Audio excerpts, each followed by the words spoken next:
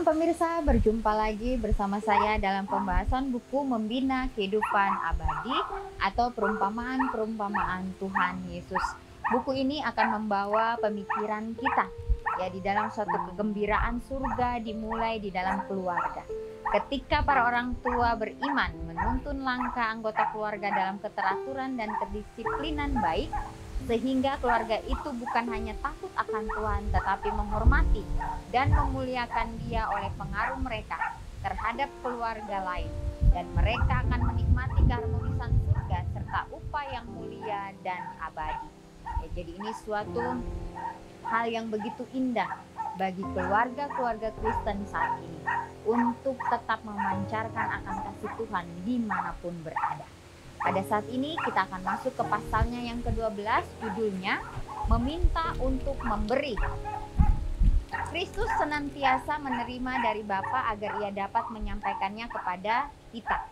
Firman yang kamu dengar itu bukanlah daripadaku, katanya, melainkan dari Bapa yang mengutus aku. Anak manusia datang bukan untuk dilayani, melainkan untuk melayani. Bukan bagi dirinya sendiri, melainkan buat orang lain. Ya, ia tinggal, berpikir dan berdoa. Dari waktu yang digunakan dengan Tuhan, ia datang pagi demi pagi untuk membawa terang dari surga kepada manusia. Setiap hari ia menerima baptisan yang segar dari Roh Kudus. Setiap subuh merekahnya hari yang baru. Tuhan membangunkan dia dari tidurnya, jiwa dan bibirnya diurapi dengan rahmat, agar rahmat itu dapat diberikannya kepada orang lain. Ya, perkataan Tuhan yang disampaikan padanya segar dari istana surga. Perkataan yang akan dituturkannya disesuaikan kepada orang yang lelah dan yang tertindas. Tuhan dengan perkataan, aku dapat memberi semangat baru kepada orang yang letih lesu. Setiap pagi ia mempertajam pendengaranku untuk mendengar seperti seorang murid. Ya, Tuhan menjawabnya. Kristus mengulangi doa Tuhan sebagaimana yang telah diberikannya di atas bukit. Kemudian dalam sebuah perumpamaan ia menggambarkan pelajaran yang ingin diberikannya untuk mengajar mereka. Ya, jadi di sini Kristus mewakili si pemohon yang memohon agar dia dapat memberi lagi. Ia harus mendapatkan roti itu. Kalau tidak, ia tidak dapat memberikan keperluan orang yang letih kemalaman dan dalam perjalanan. Meski tetangganya tidak mau diganggu, ia tidak akan menolak permohonannya. Sahabatnya harus ditolong dan akhirnya sikapnya itu diberi pahala. Keperluannya dipenuhi. Demikian pula murid-murid harus mencari berkat-berkat dari Tuhan dalam memberi makan kepada orang banyak dan di dalam khotbah mengenai roti dari surga. Kristus telah membukakan kepada mereka pekerjaan di mana mereka dapat bekerja sebagai wakil-wakilnya.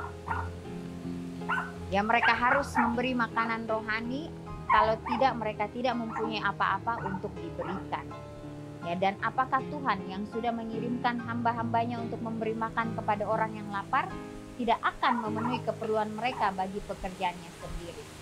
Seorang yang mementingkan diri akan mengabulkan permohonan yang mendesak untuk membebaskan dirinya dari orang yang mengganggu tidurnya.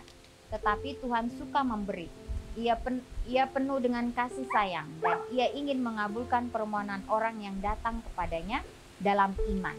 Ia memberikan kepada kita agar kita dapat melayani orang lain, dengan demikian menjadi seperti Dia. Ya, jadi inilah bagaimana Tuhan kita. Dia selalu melayani orang-orang di sekitarnya pada saat ia berada di dunia ini. Ya, suatu hal yang sungguh indah, suatu pelajaran yang dapat kita praktekkan di dalam kehidupan kita, sehingga kita juga dapat merasakan akan kasih surga itu di dalam kehidupan kita. Ya, Kristus berkata, mintalah maka akan diberikan kepadamu, carilah maka kamu akan mendapat, ketuklah maka pintu akan dibukakan bagimu. Karena setiap orang yang meminta menerima, setiap orang yang mencari mendapat, dan setiap orang yang mengetuk baginya pintu dibukakan. Tuhan menganggap kita sebagai anak-anaknya. Ia telah menebus kita dari dunia yang ceroboh ini dan telah memberi kita untuk menjadi anggota dari keluarga kerajaan. Putra dan putri Raja Surga, Ia mengundang kita supaya berharap kepadanya dengan kepercayaan yang lebih dalam dan lebih kuat daripada kepercayaan seorang anak kepada bapaknya yang di dunia ini. Ya, jadi kalau orang tua di dunia tahu bagaimana untuk memberikan pemberian yang baik kepada anak-anaknya, apalagi Bapa kita yang di surga akan memberikan Roh Kudus kepada orang yang meminta kepadanya. Ya, jadi pengajaran Kristus mengenai doa harus dipikirkan dengan teliti. Ya, doa kita janganlah bersifat permintaan yang mementingkan diri sendiri. Ya, hanya untuk kepentingan kita. Kita harus meminta agar kita dapat memberi. Ya, asas kehidupan Kristus haruslah menjadi asas kehidupan kita. Demi mereka, katanya, aku menguduskan diriku bagi mereka supaya mereka pun dikuduskan dalam kebenaran. Pengabdian yang sama, pengorbanan diri yang sama, penaklukan yang sama kepada tuntutan firman Tuhan yang terlihat dalam Kristus harus terlihat dalam diri hamba-hambanya. Tuhan kita kepada dunia bukanlah untuk menyembah atau memperkenankan diri kita sendiri. Kita harus muliakan Tuhan dengan jalan bekerja sama dengan Dia untuk menyelamatkan orang yang berdosa. Kita harus meminta berkat-berkat dari Tuhan agar kita dapat berhubungan dengan orang lain. Kemampuan untuk menerima dapat dipertahankan hanyalah dengan jalan memberi. Ya, kita tidak dapat terus-menerus menerima harta surga tanpa menyampaikannya kepada orang lain. Ya, jadi betapa pentingnya kita mempunyai hubungan yang baik kepada sesama kita. Ya. Di sini juga dikatakan, ya, orang yang menyampaikan permohonannya kepada Tuhan menuntut janji-janjinya, sedangkan mereka tidak menaati syarat-syaratnya berarti menghina Tuhan. Ya, banyak orang kehilangan keadaan yang berkenan kepada Bapa. Kita perlu memeriksa dengan teliti tingkah laku percaya yang kita gunakan untuk mendekati Tuhan.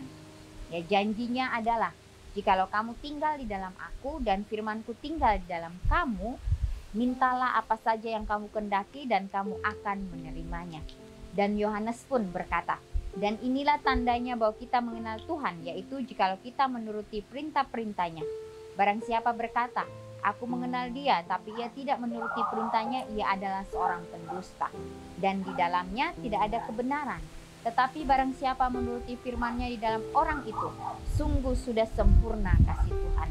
Ya, jadi satu dari perintah Kristus terakhir kepada murid-muridnya ialah supaya kamu saling mengasihi, sama seperti aku telah mengasihi kamu. Orang yang menyampaikan permohonannya kepada Tuhan menuntut janji-janjinya, sedangkan mereka tidak menaati syarat-syaratnya berarti menghina Tuhan. Ya, tetapi Tuhan dalam kemurahannya yang besar siap sedia mengampuni, dan Ia berkata, bawalah seluruh persembahan persepuluhan itu ke dalam rumah perbendaharaan, supaya ada persediaan makanan di rumahku, dan ujilah aku. Ya, apakah aku tidak membukakan bagimu tingkap-tingkap langit dan mencurahkan berkat kepadamu sampai berkelimpahan. Jadi inilah janji Tuhan. Janji yang pastinya Dia akan tepati untuk kita kalau kita mau menuruti akan perintahnya. Ya. Mereka menaruh harapan pada dirinya sendiri. Mereka membuat rencana dan berangan-angan, tetapi berdoa sedikit dan hanya mempunyai kepercayaan yang sedikit kepada Tuhan. Mereka kira bahwa mereka mempunyai iman, tetapi itu hanyalah dorongan hati pada saat itu. Ya. Gagal untuk menyadari keperluannya sendiri atau kerelaan Tuhan untuk memberi. Mereka tidak tabah menghadapkan permohonan mereka kepada Tuhan. Ya, doa kita harus tekun dan tetap seperti permohonan sahabat yang sangat memerlukan yang meminta roti di tengah malam. Ya, jadi kalau kita berpura-pura, tentunya Tuhan juga tahu. Tuhan tahu isi hati kita. Ya, jangan sampai kita menipu Tuhan. Ya, karena Tuhan sudah tahu terlebih dahulu. Ya, biarlah kita boleh jujur. Biarlah kita boleh ikhlas. Kita boleh mempunyai roh kerendahan hati itu. Ya, peganglah firman Kristus sebagai jaminanmu. Belumkah Ia mengundang engkau supaya datang kepadanya? Jangan biarkan dirimu berbicara dalam cara yang tiada harapan dan dengan cara yang mengecewakan. Jika engkau berbuat demikian, engkau akan kehilangan banyak perkara. Ya, dalam iman yang sejati terdapat suatu kegembiraan. Ya, prinsip yang teguh dan tujuan yang terarah. ya sehingga waktu maupun kerja keras tidak dapat memperlemahnya. Orang-orang muda menjadi lemah dan lesu dan teruna-teruna jatuh tersandung, tetapi orang-orang yang menantikan Tuhan mendapat kekuatan baru. Mereka seumpama raja wali yang naik terbang dengan kekuatan sayapnya. Mereka berlari dan tidak menjadi lesu. Mereka berjalan dan tidak menjadi lelah. Banyak orang yang rindu hendak menolong orang lain, tapi mereka merasa bahwa mereka tidak mempunyai kekuatan rohani atau terang untuk diberikan. Biarlah mereka menyampaikan permohonannya ke takhta rahmat, memohon akan Roh Kudus. Tuhan berdiri siap atas setiap janji yang telah dibuatnya. Ya. Bila kita datang kepadanya, mengaku ketidaklayakan dan dosa kita, Ia telah berjanji untuk mendengar seruan kita. Kehormatan dari taktanya ditinggalkan untuk menggenapi sabdanya bagi kita. Ya, seperti Harun yang melambangkan Kristus, juru selamat kita, membawa nama dari segenap umatnya dalam hatinya ke tempat yang suci. Ya, dalam perumpamaan itu orang yang mencari roti dari orang asing menerima sebanyak yang diperlukannya. Dan di dalam ukuran apa Tuhan akan beri kepada kita agar kita dapat memberikannya pula kepada orang lain. Usaha pribadi bagi orang lain harus didahului oleh banyak doa sembunyi-sembunyi, karena ia memerlukan hikmat yang besar untuk mengerti ilmu penyelamatan jiwa-jiwa sebelum berhubungan dengan manusia. Berhubunganlah dulu dengan Kristus. Di takhta rahmat surga terdapat persiapan untuk digunakan melayani manusia.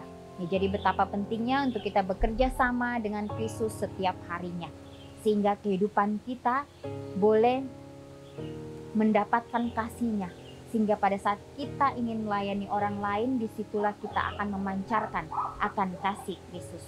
Ya, hendaklah pikiran Tuhan yang mulia mencekam pikiran kita. Hendaklah kehidupanmu dijalin oleh rantai yang tersembunyi pada kehidupan Dia yang telah berfirman, dari dalam gelap akan terbit terang. Ya, Kristus akan memimpinmu sampai ke ambang pintu kebakaan. Engkau dapat memandang kemuliaan di balik tirai dan menyatakan kepada manusia kelimpahannya yang pernah hidup untuk mengadakan pengantaraan bagi kita. Ya, jadi inilah nasihat firman Tuhan pada saat ini. Biarlah ini dapat menjadi suatu pelajaran yang penting di dalam kehidupan kita, sehingga kita boleh meminta untuk memberi. Bukan meminta hanya untuk diri kita sendiri, tetapi kita dapat memberikan itu kepada orang-orang di sekitar kita. Ya, sehingga kita pun ya dapat merasakan terus akan kasih kebenaran Tuhan di dalam kehidupan kita. Ya, jangan sampai kita sia-siakan kesempatan ini. Biarlah kita terus mau berjalan bersama-sama dengan Tuhan. Hari ini biarlah kita boleh mengambil komitmen kita untuk ya melayani satu dengan yang lain, untuk bekerja sama satu dengan yang lain, menyampaikan akan prinsip-prinsip kebenaran firman Tuhan dimanapun kita berada. Ya pemirsa, kita akan berjumpa lagi di kesempatan yang berikutnya dan Tuhan memberkati.